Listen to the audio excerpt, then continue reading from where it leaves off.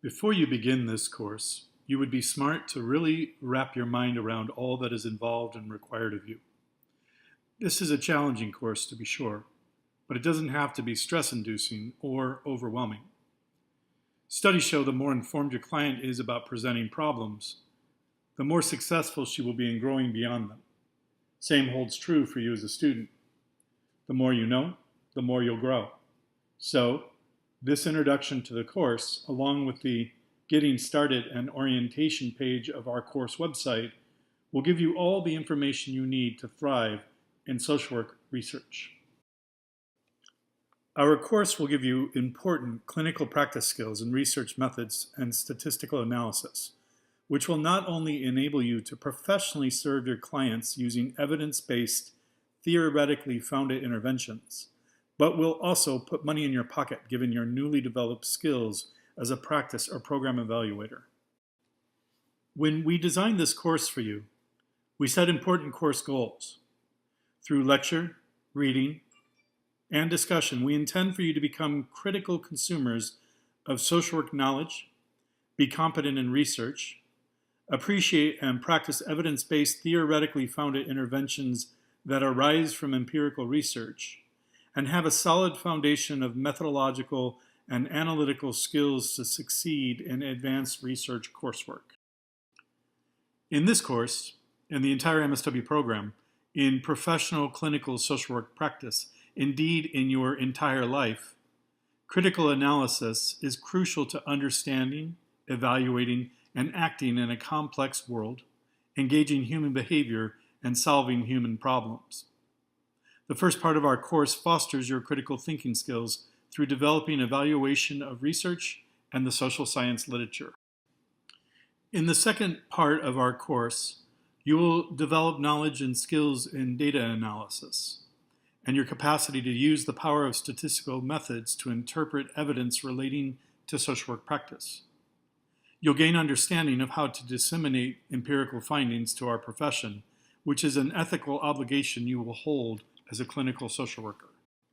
Our MSW program prepares advanced clinical social workers who serve in society to promote individual and societal well-being.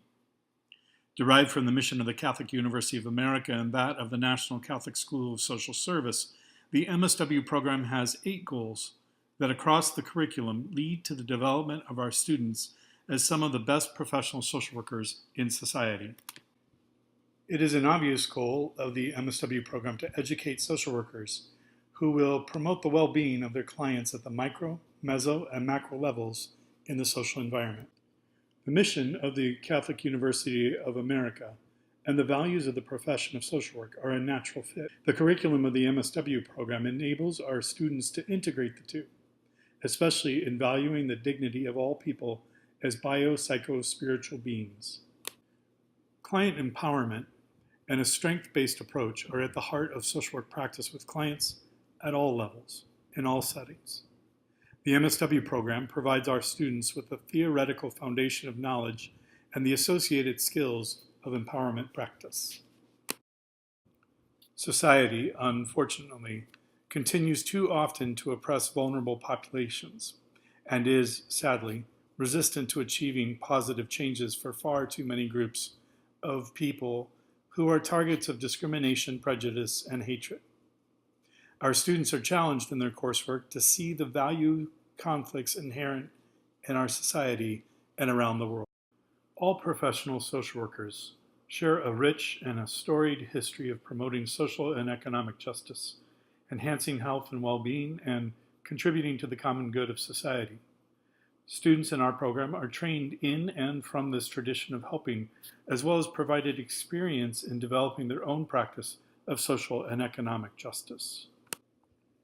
Throughout the curriculum, and particularly in the research sequence, students are trained to be consumers and producers of research findings that inform social work programs and practice. Students are also trained to be competent evaluators of programs and interventions as a central component of professional practice. One of the great strengths of the MSW program at NCSSS is the depth of theoretical knowledge our students gain in their foundation and advanced coursework. Theory drives professional practice, and is in turn further expounded upon by professional practice. In the classroom and in field practicum, students are given opportunities to promote practice skills and social work knowledge for service to Catholic and general communities, locally, nationally, and globally. The MSW program at the National Catholic School of Social Service is accredited by the Council on Social Work Education. Every program accredited needs to identify its competencies and practice behaviors that students achieve in completing the MSW and becoming professional social workers. I want to take a minute and identify those practice behaviors and competencies and how they're fulfilled in this course. As professional social workers, you'll be expected to understand your personal values and recognize them and understand the ways that they will shape and affect your professional practice. In this course, we examine research methods and the ethical practice of empirical inquiry as it applies to your practice in the future. As a professional social worker, you will need to be a critical thinker to critically analyze evidence that informs your practice. This course will certainly give you the skills and knowledge to be a critical thinker. You will distinguish, appraise, and integrate multiple sources of knowledge, especially research-based knowledge, to inform practice. You'll analyze models of assessment, prevention, intervention, and evaluation in this course in preparation for practice. And you will practice oral and written communication in working with various clients.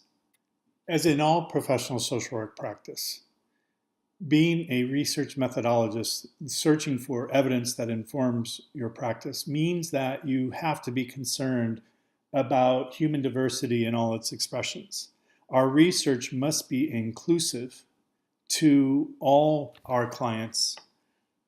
You'll be required to use your self-awareness and understanding your own personal biases and values while you think about empirical design and statistical analysis. As you search for evidence, you'll want to find evidence that informs practice with a wide variety of clients from all diverse backgrounds. As I have already stressed, as I will continue to stress throughout this course, the main objective in this course is to help you become a practitioner who looks for evidence to determine intervention and program effectiveness. In all your courses in our social work program, you are seeking research and evidence to inform your practice. Most especially in this class, we focus on how that is done and how it affects your practice. At the heart of social work practice is an understanding of human behavior. You gain that understanding in our program, both from theoretical and empirical knowledge. This course focuses on analyzing evidence of those theories and testing those theories in application and practice. In professional social work practice, context matters. You'll need to be able to apprise and attend to changing practice context, both in terms of the client in front of you, locale's population, and emerging social trends that affect and are affected by your clients. In order to provide relevant social services and develop needed policies, you'll need the evidence about that context to inform your practice. In professional clinical social work practice, you will be engaging, assessing, intervening, and evaluating individuals, families, groups, organizations, and communities. You'll need to prepare for this practice by being the critical thinker, by analyzing evidence, by searching for new information, and by applying the theoretical and practice skills and knowledge that you've gained in this program. Our research course allows you to search for and assess evidence that informs your practice in the engagement, assessment, and interventions you will need to conduct to help initiate action for your clients. As in all courses, beyond the program competencies and practice behaviors explicit to the program, there are course-specific educational objectives. I want to take a few minutes and identify those specific to this course. In this course, you will identify potential ethical and/or diversity issues in each phase of the research process. You will be able to articulate the role of research in informing social work practice. You will gain an understanding about the qualitative and quantitative methodology used in the social work research process and recognize major differences between the two. You'll be able to plan for and implement study designs based on group-based methodology, understanding their strengths and weaknesses. Importantly to your practice, you'll be able to read and interpret statistical results of various types of studies from various common research designs using their group-based methodology. There is a lot of work to be done in this course, and I'm aware of that.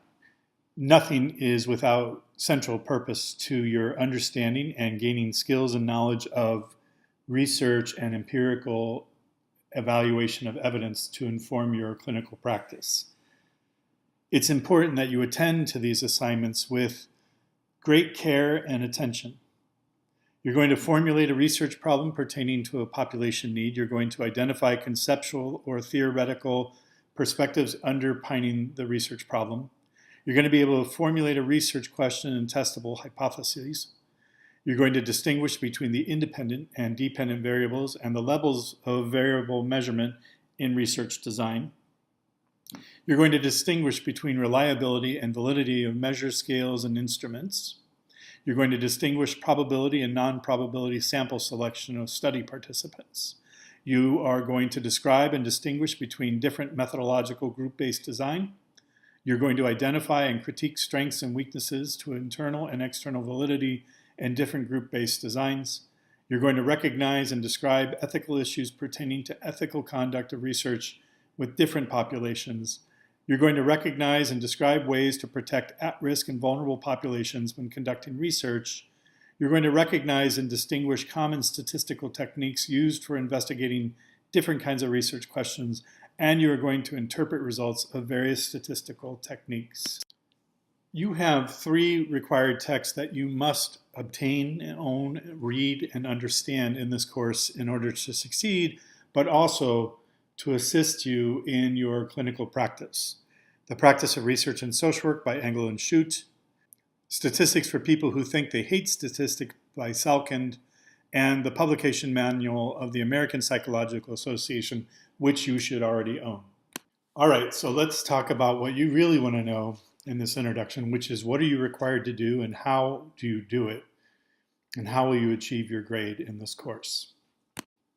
Be cautioned from the beginning and clearly, concretely understand that if you don't do your reading and you don't access the resources made available for understanding, you will not succeed in this course. Every week you have assigned chapters and you're expected to engage in different activities, including reading assigned articles or enrichment readings.